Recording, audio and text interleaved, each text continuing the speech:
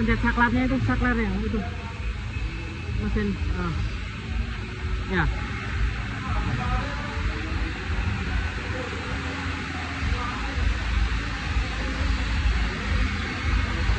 Kita dulu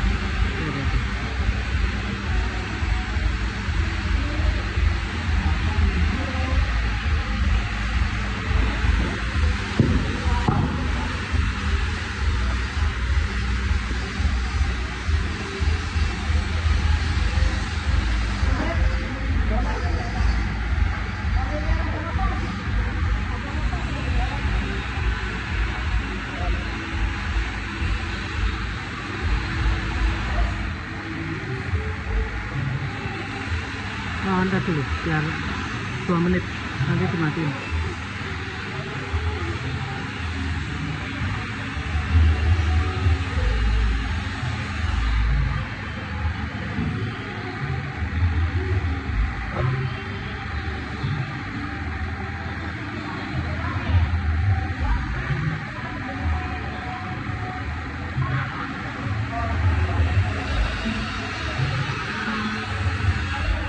Udah, matiin aja, Wi.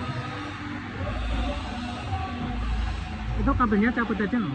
Kabel yang nyolok di colokannya cabut.